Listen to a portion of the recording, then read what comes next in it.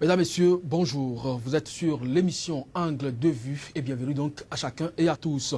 Ce vendredi est consacré donc au décryptage des phénomènes sociaux de notre vie quotidienne. Et ceci, aujourd'hui, l'édition sera consacrée à la défense du droit du consommateur en Afrique. En effet, les associations de consommateurs sont des associations chargées de défendre les droits des citoyens et ceci dans leur dimension de consommateurs, c'est-à-dire d'achat de produits. Elles peuvent les assister dans leur litige avec une entreprise ou une organisation, tout comme également intervenir aussi auprès des États ou des organisations internationales afin de définir des protections ou des normes protégeant donc les consommateurs. Elle existe également dans de nombreux pays, tout comme en Occident, en Amérique et également sur le continent africain. Alors certaines sont regroupées au niveau européen dans le Bureau européen des unions de consommateurs et au niveau international dans le Consumer International. Dans cette position d'interface entre les structures publiques et les structures privées et les consommateurs dans la perspective de protéger et défendre les intérêts sociaux, économiques et sanitaires de ces derniers, quel regard le consommateur porte-t-il sur l'association censée donc le défendre? Cette dernière joue-t-elle véritablement son rôle? Quelles sont les éventuelles compromissions? Y a-t-il moyen de les éviter? Angle de vue va donc faire une immersion dans cette ténébreuse affaire de défense des consommateurs. Mais avant de retrouver nos invités pour le débat, retrouvons ce qui fait l'actualité sur le continent. En marge de manifestations d'opposition contre le président Joseph Kabila en République démocratique du Congo, une policière et un manifestant ont été tués lors de ces heures, mais le porte-parole national de la police a affirmé qu'aucun agent n'avait perdu la vie et qu'un pillard avait été tué accidentellement alors qu'il tentait de subtiliser l'arme d'un policier.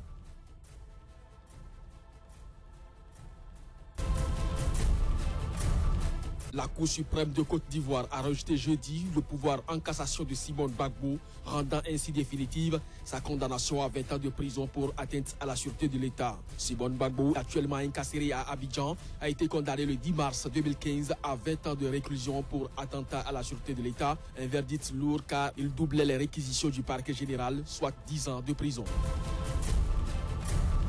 2 semaines après la dissolution du gouvernement en Guinée-Bissau, le président José Mario Vaz a nommé Premier ministre jeudi Bassirou Dia, décision aussitôt contestée dans la rue par des militants du parti au pouvoir. Le PAIGC avait réitéré son refus de reconnaître un chef de gouvernement désigné par le président, estimant que le choix du Premier ministre incombait au parti majoritaire au Parlement conformément à la Constitution.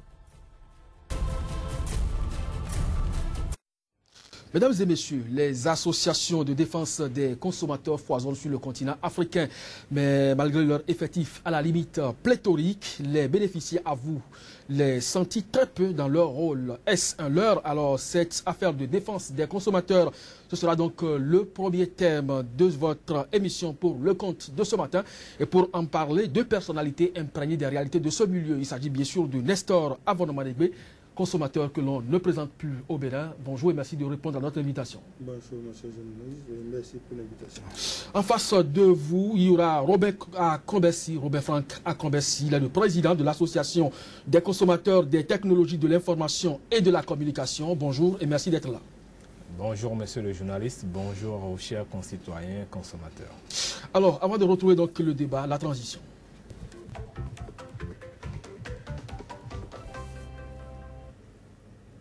Nous y sommes donc en plein. Robert Akombessi, ce sera donc à vous de commencer par nous définir réellement ce que c'est qu'une association de consommateurs. Merci. En fait, d'abord, je voudrais dire que l'effectif en réalité n'est pas pléthorique. Non, pas du tout. Parce que si vous aviez la statistique sur les associations de la société civile, vous verrez que les associations de consommateurs ne font même pas 10%. Vous pourrez voir des associations de développement et de tout dans presque toutes les ruelles. Mais par contre, ce n'est pas le cas des associations de consommateurs. Je les relève ça d'abord. Et je voudrais dire qu'une association de consommateurs... Vous exercez au Bénin. Lorsqu'on prend par exemple, vous, votre pays, vous faites combien d'associations de défense de consommateurs? Associations de consommateurs au Bénin, de façon effective, il y en a à peine une vingtaine. Et réunis à l'Afrique, vous pensez que ce n'est pas pléthorique? Ok, allez-y, défendez. Quand vous allez au ministère de l'Intérieur, vous avez plus de 1000 associations de la société civile. Donc 20 par rapport à 1000, vous faites le point. Et donc, association de consommateurs, en fait, qu'est-ce que c'est? c'est un regroupement de personnes de bonne volonté, engagées, qui se veulent bien être les porte-paroles du reste de la population, qui ne peut pas forcément comprendre tout ce qu'elle consomme et qui ne peut pas forcément opiner de façon éclairée sur beaucoup de problèmes. Donc, joue le rôle de la veille pour rappeler à toute institution qui produit services et biens ce qui devrait être la norme et garantir donc au consommateur ce qui le sécurise, ce qui lui permet de bénéficier de ses droits en tant que citoyen consommateur. Mais malheureusement, j'ai constaté qu'on se limite à voir le consommateur dans la logique beaucoup plus de l'achat biens et services. Mais non. Vous imaginez par exemple que quand vous quittez Kpaou aujourd'hui pour venir ici, la voie qui a été construite par le régime passé, très belle initiative, mais malheureusement elle est déjà complètement débridée. Vous allez voir que c'est des spectres qui sont sinusoïdaux et qui sont sur la voie et qui empêchent celui qui conduit d'être stable sur la voie. Mais ce problème par exemple, c'est le problème du consommateur parce que quoi? Je ne suis pas celui qui a été payé la voie. Mais puisque je roule sur la voie, si c'est à moto ou si c'est en véhicule 4 roues, ma sécurité en dépend parce qu'il aurait suffi de peu pour que je dérape pour faire un accident. Et donc, à partir de ce moment donné, nous sommes obligés de nous impliquer dans le respect des normes, dans la réalisation des voies. Et donc, en réalité, nous sommes présents dans toutes les instances humaines par rapport à tout ce que nous utilisons au quotidien. Une vingtaine d'associations, pourquoi ne pas se retrouver au sein d'un consortium afin de défendre véritablement le consommateur et vous allez en rang dispersé? Je voudrais commencer par nous préciser qu'en réalité, se mettre ensemble, ça doit être du librement consenti. Et donc, partant déjà de ce principe de la loi 1901, si certains ont des opinions et peuvent se retrouver ensemble dans la même association, ce n'est pas forcément le cas par rapport à d'autres qui se retrouvent dans d'autres associations. Parce que déjà, vous pouvez ne pas avoir comme objectif ou comme vision défendre les mêmes secteurs. Ça, c'est clair. Et vous avez vu, notre association, par exemple, l'association des consommateurs des technologies de l'information et de la communication, c'est vrai que c'est par là qu'on a commencé, mais on a évolué. Aujourd'hui, c'est la voix des consommateurs. Et après, nous nous sommes mis dans le CENAC, qui est le Conseil national des associations de consommateurs. Donc, certains ont choisi de se mettre ensemble, mais on ne peut pas contraindre tout le monde à le faire. Et d'ailleurs, récemment, quand nous avons organisé les Assises nationales des consommateurs en 2014, nous avons invité toutes les associations de consommateurs. C'était dans cette logique. Mais nous ne pouvons pas contraindre des gens à le faire. Il faut respecter leur liberté et leur choix à vouloir militer dans des créneaux qui sont bien les leurs. Nestor Avonamadeboué, vous êtes consommateur. Dans quelle association est-ce que vous militez? Vous savez, d'abord, je vous remercie. Je remercie très sincèrement M. Akombessi, qui est un grand patron dans l'association des consommateurs de la haute technologie, s'il faut définir ainsi. Je suis d'abord consommateur parce que j'achète pour des besoins, pour usage personnel. Je suis consommateur parce que, vous savez, je mange, je bois dans des services publics. Et enfin, je suis consommateur, et c'est là qui m'intéresse beaucoup, parce que chez moi, comme chez tous les Béninois, nous avons des équipements, des choses qui consomment. Et comme vous l'avez su dit, il faut quand même des personnes assez responsables qui, disons, s'intéressent à la matière, à la consommation. Donc moi, je milite dans la défense des droits des propriétaires terriens, des présumés propriétaires terriens. D'ailleurs, c'est ça qui a donné naissance à l'observatoire que je dirige dans Abomey-Calavi. Comme il l'a su dit tout à l'heure, vous allez remarquer qu'il y a une multitude d'associations de consommateurs parce qu'en fait, dans la réalisation, dans la création, il y a les objectifs principaux, mais vous allez remarquer que en fin de compte, on met défense des consommateurs. Et là où le vrai... Parce que nous existons, parce que nous consommons bien. Si nous ne consommons pas bien, nous n'allons pas, disons, exister.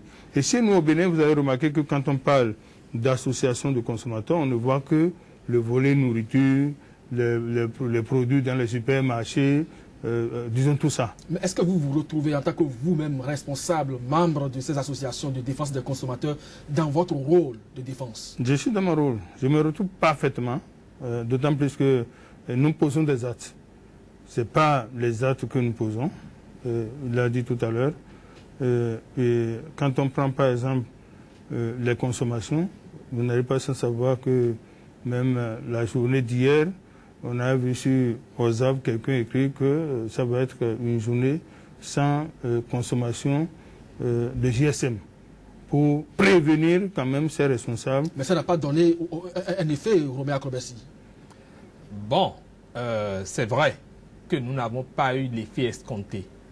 Mais il faut reconnaître que l'initiative était l'initiative de quelques jeunes qui, de par les sensibilisations et l'éducation que nous donnons sur les médias, se sont dit pourquoi ne pas s'organiser pour faire ce boycott. La méthode a souffert un peu. C'est un peu ça. Et il y avait cette fougue de se battre pour récupérer ses droits. Et vous savez, là, il faut les excuser. Il faut les excuser par rapport à la méthode parce qu'ils étaient préoccupés. C'est par rapport à cette réalité que nous sommes là ce matin sur ce plateau, tel que ça se mène sur les autres, dans les autres pays ou les autres continents, je veux dire.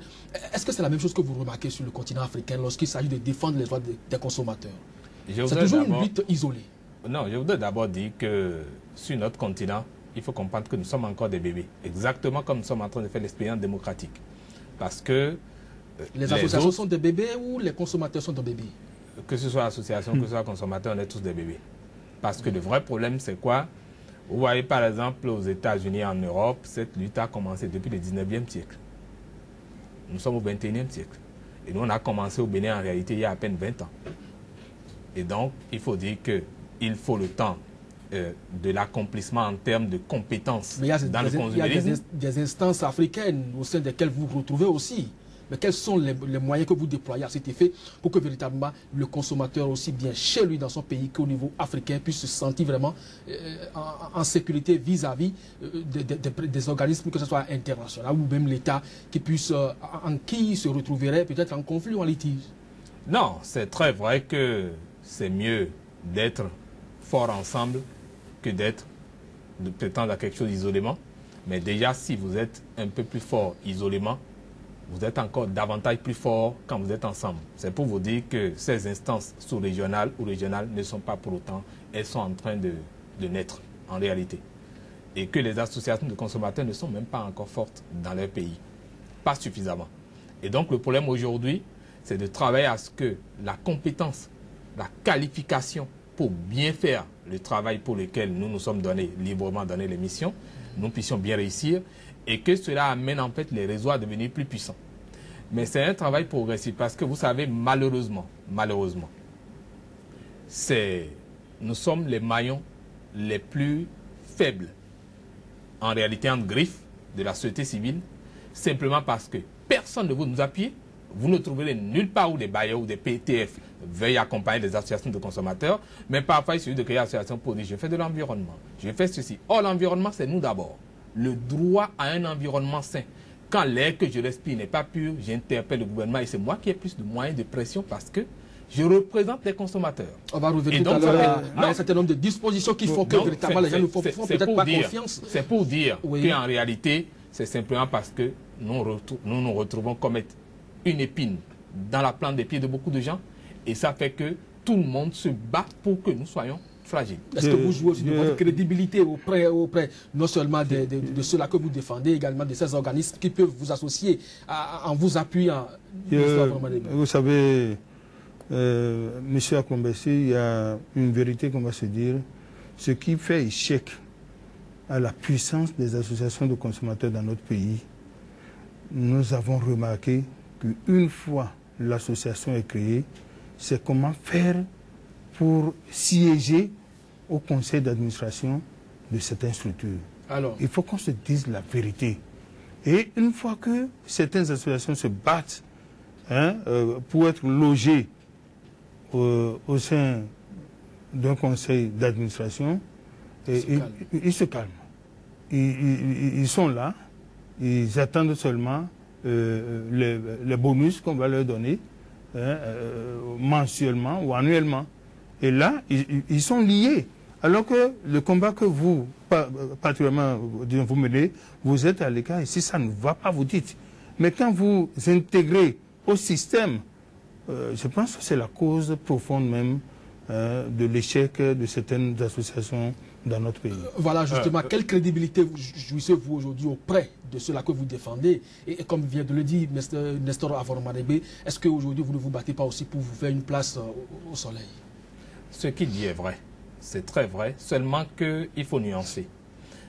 En réalité, le consommateur ou l'association de consommateurs a le droit de se faire représenter dans les instances de décision.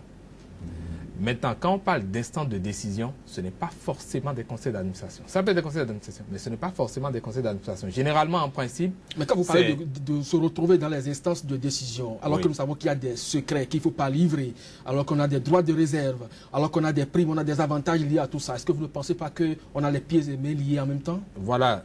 C'est pour cela qu'il dit il faut clarifier les choses pour que les consommateurs comprennent. Quand on dit qu'une association se fait représenter dans une instance de décision, ce n'est pas forcément. Pourquoi c'est forcément le président qui doit aller là-bas? Pourquoi c'est forcément le secrétaire général? Il peut y avoir des membres ils sont pratiquement les mémoires de l'association. Non, ce n'est pas ça.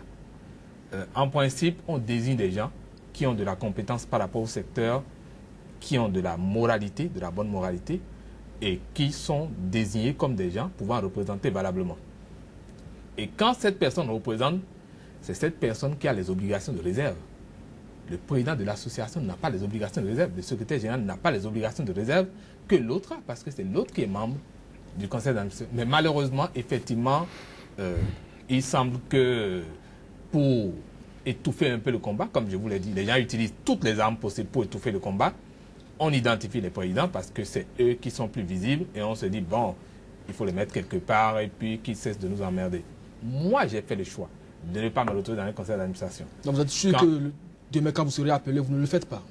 Non, tenez-vous tranquille. Vous imaginez, ça fait depuis 7 ans que je mène ce combat. Et vous pensez que je n'ai jamais été appelé? J'ai positionné des collègues qui sont partis. Vous disiez tout à l'heure que vous ne bénéficiez de l'appui de qui que ce soit. Mais est-ce que l'association Loi 901, comme vous l'avez dit tout à l'heure, quand même, c'est une libre association, vous devez vous autofinancer, n'est-ce pas? Je voudrais rectifier ou corriger pour dire, si c'est ce que j'avais dit, je corrige, dit que je ne bénéficie pas d'appui. Je commence par féliciter d'abord, remercier la presse, parce que c'est un lourd appui que vous nous apportez, ce qui nous a permis d'éduquer pendant tout le temps, de communiquer, de dénoncer. Et je voudrais remercier aussi les quelques rares Béninois de très bonne volonté, de bonne foi, qui nous ont accompagnés à bien des moments. Mais l'État lui-même est quasi inexistant. Sinon que généralement, quand on ouvre un créneau, c'est pour vous chapeauter et puis vous empêcher de vous exprimer. Et le vrai problème, vous savez, on peut améliorer le combat du consumérisme. On peut se battre pour avoir des résultats. Mais c'est une affaire de prise de conscience individuelle d'abord. Parce qu'on ne peut pas dire que quand vous avez éduqué des consommateurs pendant 2 ans sur une chaîne de radio, nous connaissons par exemple les audiences de nos radios. Quand nous avons passé près de 7 ans à dénoncer sur les médias et que tout ce que nous expliquons, que le consommateur ne comprenne pas que le combat, c'est le combat de nous tous. C'est l'avenir. Quand il s'agit par exemple de la sécurité sanitaire des aliments, c'est l'avenir de vos enfants qui sont en jeu. C'est nous-mêmes, notre santé, si nous allons travailler, que nous allons prendre les sous pour aller investir dans les soins sanitaires. Donc, il doit y avoir un minimum de prise de conscience au niveau de chacun pour que chacun se dise, mais en quoi est-ce que nous devons participer pour que le combat devienne réalité? Mais malheureusement, vous savez, le Béninois, ou l'Africain en général, sortir de l'argent pour contribuer, c'est difficile pour lui. Et il se demande, mais l'argent là, est-ce que je ne vais pas rendre riche les membres du bureau? Est-ce que qu'est-ce que ça va m'apporter directement? Mais ce n'est pas ça la bonne logique. Vous savez, j'ai dit, il faut soutenir les initiatives. Ce n'est pas les individus qu'il faut soutenir. Et vous devez avoir l'esprit de contrôle. Quand vous êtes membre d'une association et que vous cotisez dans cette association, c'est de votre droit le plus absolu de demander une reddition des comptes. Ah ben, puisque les assemblées générales, on sait comment les assemblées générales s'organisent la plupart du temps au niveau de ces organisations ou associations. Nestor Avoramadebe, qu'est-ce qui fragilise véritablement, au-delà de ce que vous avez tout à l'heure suggéré, des responsables qui se retrouvent facilement dans des conseils d'administration des organismes pour pouvoir pactiser donc avec les autorités, donc laisser tomber les consommateurs. Qu'est-ce qui d'autre fragilise davantage la solidité de ces associations? Vous savez, la loi 1901, je suis d'accord. Mais est-ce que les associations de consommateurs ont des appuis juridiques par exemple? Aujourd'hui, le problème brûlant pendant la semaine passée, c'était le pain au Bénin. En tant qu'association, vous avez vu combien d'associations de consommateurs descendre dans des boulangeries avant que les responsables même se réveillent. Ça fait un. Deuxièmement, vous savez, nous parlons des compteurs électriques qui consomment beaucoup. Il y a d'autres compteurs qui sont à la norme, comme on le dit, et d'autres ne sont pas à la norme, disons à la norme.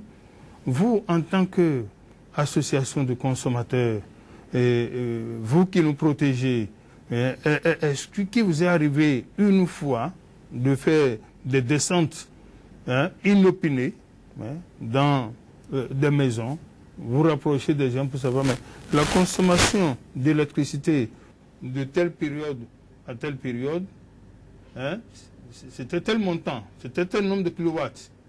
Alors que, par exemple, il y a les équipements qui n'ont pas changé et la même période d'une autre année, ça a monté. Voilà des aspects même, disons, que nous voulons. Aussi, vous savez, ils demandent si, qu'est-ce qui fragilise. Certes, nous avions parlé du fait qu'on se crée une association pour se faire un salaire ou des primes, tout ça. Mais en dehors de ça, je prends par exemple les stations-service. Il n'est plus un secret pour personne aujourd'hui qu'avec les coupures répétées là, les pompes là se dérèglent automatiquement. Et dès que vous partez prendre par exemple du carburant, on vous sert pour 10 000, alors qu'en réalité, ce que vous percevez comme litre, c'est peut-être 6 000 ou bien même 5 000, moins quoi. Mais en tant qu'association, est-ce que vous êtes protégé pour aller, disons par exemple, à la direction de la météorologie, oui, je pense que c'est bien ça. La BMCQ. Voilà. Et puis, est-ce qu'on vous accompagne dans ce combat? Parce que si vous avez des initiatives, tout à l'heure, il parlait de la journée sans GSM, mais moi je dis ça a apporté un fruit quand même. Vous savez quel fruit? Parce que les responsables, les patrons des GSM, dans leur Congolo vont se dire, mais écoutez, ça commence pas à changer, jusqu'à ce que des gens ont des initiatives de trucs boycott, ça doit avoir un effet, même si ce n'est pas un truc pour tout de suite. Mais ce que je voudrais savoir, la question que je pose, est-ce que, en tant que protecteur de nous, consommateurs, est-ce que vous aussi, vous avez des garanties de protection? Ça, c'est un autre débat encore. Non, mais je pense qu'on ne va pas s'enliser au niveau donc de cette disposition-là. Mais je veux savoir, M. Akron-Bessi, est-ce que vous attendez que les gens vous donnent les armes pour les abattre? Non, personne ne vous donne les armes dans la vie pour les abattre. Alors, simplement, que faites-vous pour arracher, vous, votre liberté, qui constitue alors l'arme de défense des consommateurs? Voilà, ce que nous faisons tous les jours, c'est d'abord éduquer. Vous savez, vous ne pouvez pas avoir ça fait 20 ans, ça fait pratiquement 20 ans que vous existez et vous passez tout le temps à éduquer? Non, je parle de mon association. Je ne maîtrise pas pour les autres. Mon association, ça fait 7 ans. Et si j'ai commencé vraiment pas à éduquer, ça fait environ 3 ans ou 4 ans. Parce que le reste, nous dénoncions. Parce que les médias nous offrent la possibilité de venir dénoncer. Alors, il se pose un problème de probité au niveau de ces associations. Non, vous permettez que j'explique ça parce que en réalité, si vous n'éduquez pas un peuple, c'est un peu comme ce qui se passe aujourd'hui. Vous voyez comment les élections se font. On choisit le chef parce que le chef a de l'argent. Quand vous avez un peuple qui fonctionne de cette façon-là, vous lui demandez de boycotter un produit de service de téléphonie mobile, il suffit que les réseaux leur envoient un peu de bonus sur les crédits. S'ils constatent effectivement qu'ils ont bonus, ils vont te dire non, je ne boycotte pas. Et donc, la première des choses, c'est qu'on nous aide à éduquer. Je remercie encore une fois la presse, mais la presse devrait faire encore mieux. C'est-à-dire que pratiquement sur toutes les chaînes, nous puissions avoir une émission, mais surtout dans les langues locales. Parce que si l'individu n'est pas éveillé, il ne peut pas comprendre la portée de ce que vous lui expliquez. Et c'est à partir de ce moment donné que nous allons commencer par avoir des gens dans nos rangs qui vont être déterminés, engagés, pour que lorsque nous disons il faut boycotter, nous puissions avoir 1 million de personnes qui spontanément disent tel jour, on fait 1 heure, 2 heures sans acheter du crédit. Mais il a parlé du pain tout à l'heure. Le problème du pain, vous savez que notre laboratoire central de sécurité sanitaire des aliments n'a pas les outils, l'équipement aujourd'hui pour analyser le bromate de potassium pour vous dire que tel pain contient le bromate de potassium. Non. Et donc, ce qu'on aurait pu faire, c'est que, par exemple, ces pains soient envoyés en Europe dans les laboratoires, un peu comme on a fait pour le Lassa, pour être analysés. Mais ce sera aux frais de qui? Aux frais de Robin à Conversi? Non, je ne suis pas fortuné, je ne suis pas Talon ni Adjavon, je m'excuse. Mais il faut que les gens comprennent que c'est l'État, nous, notre rôle d'abord, c'est la veille. Mais est-ce que vous êtes monté au créneau pour dénoncer le fait? C'est ça aussi le problème. Bien sûr, tenez-vous tranquille. Nous avons passé tout le temps à éduquer pour rappeler aux gens même comment est-ce qu'on identifie le bon pain de livret. Il y a un minimum de conditions. Vous avez quel matériel pour apprécier cela? Non, en fait, ça, c'est quand même des connaissances basiques. Quand vous prenez un pain, comment est-ce qu'il se fait? C'est de la panification du blé. Et donc, la levure ou bien les produits incriminés servent à quoi? C'est pour lever le pain. Et plus vite un pain se lève, plus vite il se rassit. Donc, quand vous prenez un pain de bonne qualité, un pain complet de bonne qualité ou bien même un pain préparé dans les meilleures conditions, il ne se rassit pas vite. Comparez-les jusqu'au soir, vous allez voir, ceux qui se rassissent les plus facilement avant la soirée, c'est les pains qui sont utilisés, qui sont conçus à base souvent de produits. Oui. Monsieur Akrombersi, aujourd'hui, qu'est-ce que l'association des consommateurs peut véritablement faire pour donner de l'assurance à ceux-là qu'ils défendent? Je crois que nous faisons beaucoup de choses. Vous savez, la dernière fois, on a esté 5 sociétés, on a déposé 5 plaintes au tribunal. Heureusement, ce matin, le parquet de Cotonou vient de m'appeler pour me dire que j'ai un courrier et donc je devais envoyer un collaborateur aller chercher le courrier. 5 plaintes, 3 contre des opérateurs de téléphonie mobile, une contre la SB2E et une contre la Poste du Bénin. Mais vous savez, on n'a pas le don d'ubiquité. Il a posé un certain nombre de problèmes. C'est pour ça que nous avons réalisé un call center, le call center des consommateurs. Ça permettra à tous ceux qui ont des problèmes ou à ceux qui ont des idées de nous proposer des alternatives pour dire par rapport à tel problème, voilà la suggestion que nous faisons. Mais un call center, il faut que ça vive. Les téléopérateurs, il faut pouvoir les payer. Le courant, il faut le payer. L'équipement, il faut l'entretenir. Donc vous posez là un problème de moyens. Nestor Avoromanego, parce qu'on va bientôt sortir de ce thème-là. Et donc, est-ce que véritablement c'est un leurre ou une réalité, la défense des droits des consommateurs? Nestor Avoromanego, qu'est-ce que aujourd'hui, vous, parce que vous êtes aussi un membre de ces associations de consommateurs, que faites-vous pour jouir d'une certaine probité auprès des consommateurs? Vous savez, d'abord, auprès des consommateurs, nous devons sensibiliser, comme l'a dit, passer des messages, mais il faut que nous nous basions sur des tests. Mais est-ce que vous pensez qu'aujourd'hui la lutte, en tout cas les défenses des consommateurs au Bénin, surtout chez vous, est une réalité? C'est une réalité. Parce que moi j'ai un cas. J'ai un cas que je suis en train de gérer présentement. Vous savez, les instances sont là pour prendre des décisions. Et nous, en tant qu'association de consommateurs, il faut que nous accompagnions aussi ces instances dans la prise de leurs décisions. Vous aurez le temps de nous expliquer de long en large donc, cet aspect de la chose. Merci donc à vous d'avoir participé donc, à ce premier acte de cette émission. Ce sera donc tout. Nous retrouvons donc l'actualité, le temps de vous installer confortablement pour le deuxième sujet de cette discussion. En marge de manifestations d'opposition contre le président Joseph Kabila en République démocratique du Congo, une policière et un manifestant ont été tués lors de ces heures, mais le porte-parole national de la police a affirmé qu'aucun agent n'avait perdu la vie et qu'un pillard avait été tué accidentellement alors qu'il tentait de subtiliser l'arme d'un policier.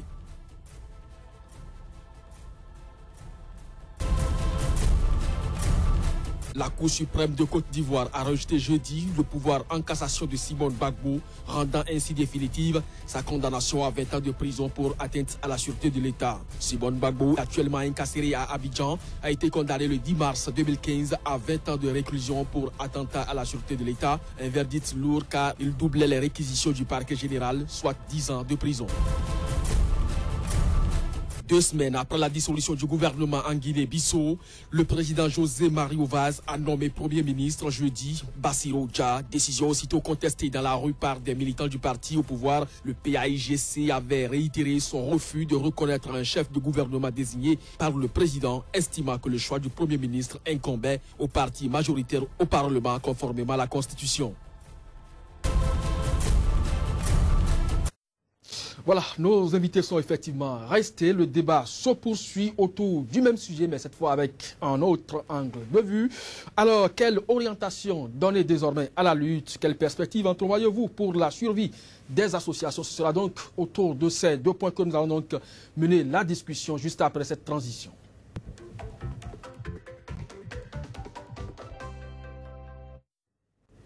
Robert Akrobessi, au Bénin, vous nous avez dit qu'il y a l'association des consommateurs, du moins le consommateur a 8 droits et 5 devoirs. Aujourd'hui, il s'est avéré que les consommateurs ne s'identifient pas dans vos combats que vous menez en leur nom. Est-ce que vous pensez que la survie des associations est menacée?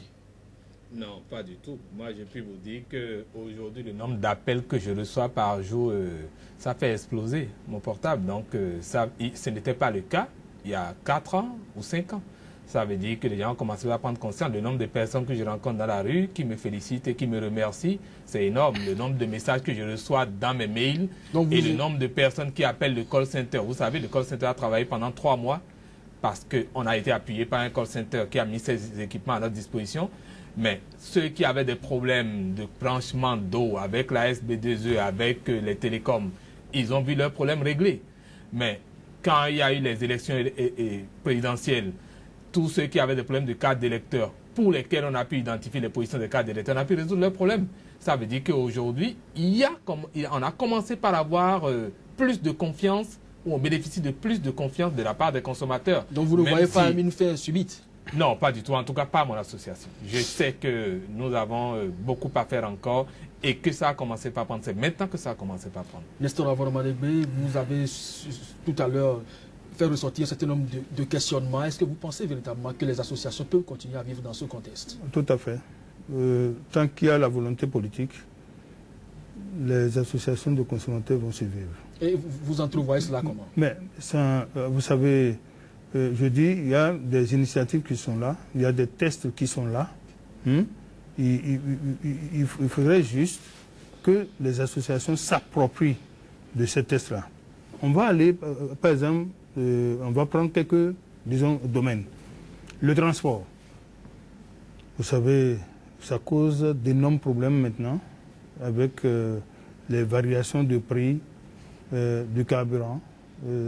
Maintenant, l'État central, dans le bon vieux temps, on faisait des subventions. Est-ce que ces subventions existent encore? Parce qu'en tant qu'association, notre rôle, c'est de tout faire pour que le prix soit bien quadrillé.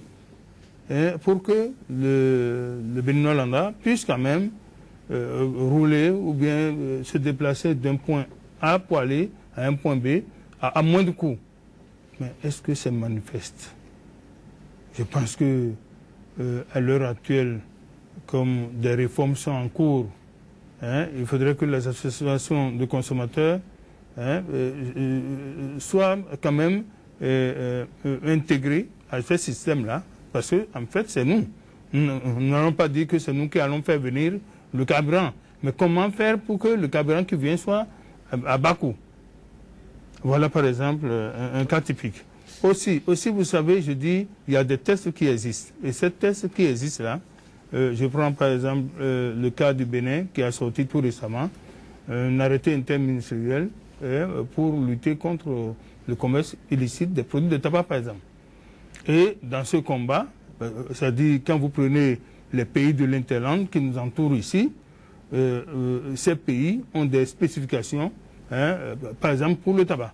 Vente au Bénin, vente au Niger, vente au Burkina, vente au Mali. Il y a tout ça qui est demandé expressément. Mais quand le Bénin, par exemple, voit de ces produits, on dit en transit, vers, comment on appelle, le Niger, et que ça ne porte pas les mentions du Niger, et moi, en tant qu'association, devant défendre les droits du consommateur, j'ai dit, mais ces produits qui ne respectent pas les normes sont nuisibles à la santé. Vous savez ce qu'on me dit? On dit non. Écoutez, les produits ne sont pas pour le Bénin. Les produits sont en transit par le Bénin et vont dans d'autres pays. Mais je me dis, mais est-ce qu'il n'y a pas des Béninois au Niger qui vont fumer ces cigarettes impropres à la, disons, consommation parce que ne respectant pas, disons, les normes? Donc, c'est que en Afrique, partout, les dispositions existent. Mais je répète une fois encore, il faut la volonté vraiment politique pour accompagner ça. Parce que je ne suis pas arrivé ici pour tout étaler. Dès que ça a commencé tout de suite, on m'a dit, mais non, mais ceux qui font ces produits-là, c'est des proches du président de la République, il ne faut pas s'y approcher. Vous voyez, c'est pas bien. On est dans les perspectives. Alors, Robert Akrobessi, tout à l'heure, Nestor Avanomadibi soulevait un point. Il n'y a qu'au Bénin, par exemple, dans la sous-région ouest africaine, qu'on ne connaît véritablement pas les tarifs entre deux villes. Est-ce que vous remarquez cela? Non, mais il faut dire que de ce point de vue, il n'y a aucune structuration en matière de tarifs au Bénin. Pratiquement dans aucun secteur. Et que faites-vous? Oui, vous savez, moi je préfère toujours l'option de l'étude d'abord. Il faut bien étudier les secteurs parce qu'on ne se jette pas dans un secteur pour commencer par apporter des préjugés ou bien apporter des Est-ce que ce sera la votre lutte prochaine? Mais je vous garantis déjà que ce que nous sommes en train de faire actuellement, par exemple, et qui va prendre vraiment toute l'étendue du territoire, c'est de nous battre pour que systématiquement nous ayons des réductions de coûts sur presque tous les produits parce que sur le point de vue économique, vous savez aujourd'hui, les gens ont beaucoup de difficultés pour consommer. Et simplement parce que les produits coûtent très cher. Mais nous savons aussi que les marges que font les opérateurs économiques sont sensibles. Et c'est à cela que nous voulons les inviter. Nous sommes en train d'éditer les cartes de consommateurs protégés. C'est-à-dire, c'est des cartes qui vous donnent droit, à chaque fois que vous allez dans un magasin ou bien une structure, de savoir que, ou de faire comprendre à celui qui vous fournit le bien et le service que vous êtes protégé par notre organisation de consommateurs. Ça veut dire qu'il vaut mieux vous assurer un bon service, vous offrir le service après-vente et la garantie. Et deuxième, l'autre avantage que vous avez, c'est que vous avez une réduction systématique de coûts par rapport aux produits. Ça aura l'avantage que si je consomme et que je commence pas à faire des économies, je peux faire des économies de 50 000, 100 000 et plus par an. Ça dépend de ce que je consomme. Donc voilà des avantages que nous pouvons commencer par offrir. Et maintenant, nos études sont en cours parce que nous avons besoin de moyens pour faire des études. Aujourd'hui, nous sollicitons des cabinets, par exemple, pour faire des études sur la consommation de l'électricité, la façon dont la tarification se fait, parce que si vous ne maîtrisez pas et que vous allez faire des approches, vous serez pratiquement ridicule devant ces structures-là. Donc, il faut solliciter des experts de chaque secteur pour qu'on établisse là où il y a des comptes vérités, là où il faut solliciter des améliorations et que ça devienne des outils performants, présentables devant les autorités politiques pour défendre des intérêts. Monsieur Akrobessi, vous avez dit tout à l'heure que vous vous battez pour qu'il y ait vraiment réduction des coûts. Oui. Je prends un petit exemple. Je prends l'exemple du boulanger, oui. qui, à l'heure du délestage, parce que tout compte fait, l'énergie électrique publique, c'est quand même un peu moins cher par rapport à l'utilisation des groupes électrogènes en mettant du cas autre équipement. Mais dans ce combat-là, vous pensez véritablement sans résoudre le problème énergétique, parce que nous sommes dans l'espace Afrique pour notre sujet, et vous savez que le problème d'énergie est un problème cruel pour pratiquement tous les pays d'Afrique, même les grands bababs qui nous donnent de l'énergie. Je prends le Nigeria, je prends le Ghana, à supposer où moi j'ai des parents par exemple au niveau du Ghana, où il reste 2 jours, 3 jours sans électricité. Hein, et c'est ceux-là qui nous en donnent. Donc s'il n'y a pas une bonne politique énergétique, ce que nous sommes en train de dire là pour dire que nous allons lutter pour la réduction des coûts, même quand nous allons faire face à un responsable d'entreprise qui roule 75% de groupes électrogènes, je pense qu'on ne va pas atteindre l'objectif. Voilà, ça fait partie donc des perspectives. Voilà. Nestor Avonomanegbe, que faites-vous à votre niveau pour faire connaître aux consommateurs ses droits et aux décideurs ou aux vendeurs, si vous voulez, mais c'est la sensibilisation. La sensibilisation, c'est tout. C'est le seul moyen dont nous disposons aujourd'hui pour, disons, faire connaître aux consommateurs, aux consommateurs leurs droits.